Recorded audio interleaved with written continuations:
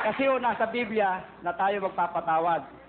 Eh ngayon, halimbawa ako ay isang babae, ni-rape ako. Ngayon, matatanggap ko paano? Siyempre patatawarin ko siya. Paano ang pagtanggap ko ng pagpapatawad doon sa nag-rape sa akin? Paano ang pagtanggap? O, ng pagpatawad doon sa nag-rape sa akin. Kasi pinatawad ko pero paano? Siyempre, masakit sa loob mo paano? Bibigyan ko po kayo ng isang halimbawa. Sabi po ni Kristo, ibigin mo ang iyong kaaway. Pagka nagutom siya, pakainin mo. Di ba?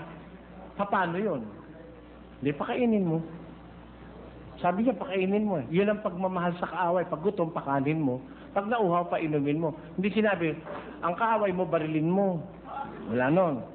Hindi, ibigin mo. Mahirap po yun Kasi ang hirap nung sinasabi nyo. Biro mo, babae ka, ni-rape ka, tapos papatawarin mo yung na-rape sa'yo. Di, patawarin mo, kalimutan mo na. Ngayon, kung mo ni-rape ka, bahala na ang batas sa kanya. Ikaw, pinatawad mo na siya. Ewan ko lang sa batas kung patatawarin siya.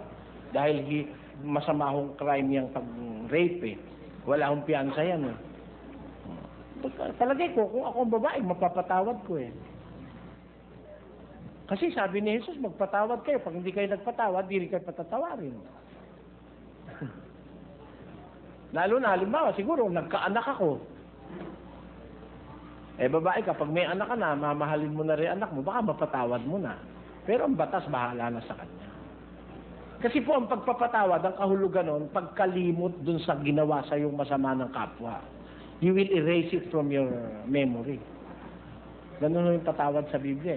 Sabi ng Diyos, patatawarin ko kanilang kasalanan. Ang kanilang mga kasamaan, hindi ko naaalalahanin pa. Sabi ng Diyos.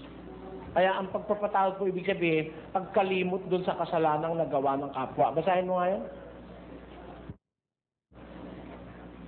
Sapagkat ako'y magiging mahabagin sa kanilang kalikuan at ang kanilang mga kasalanan ay hindi ko na aalalahanin pa.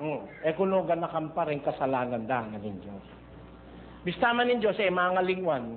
Yan pila na yung 1,000 banwa, tanda na pa. Pero gamita na yung pamangalingwan na.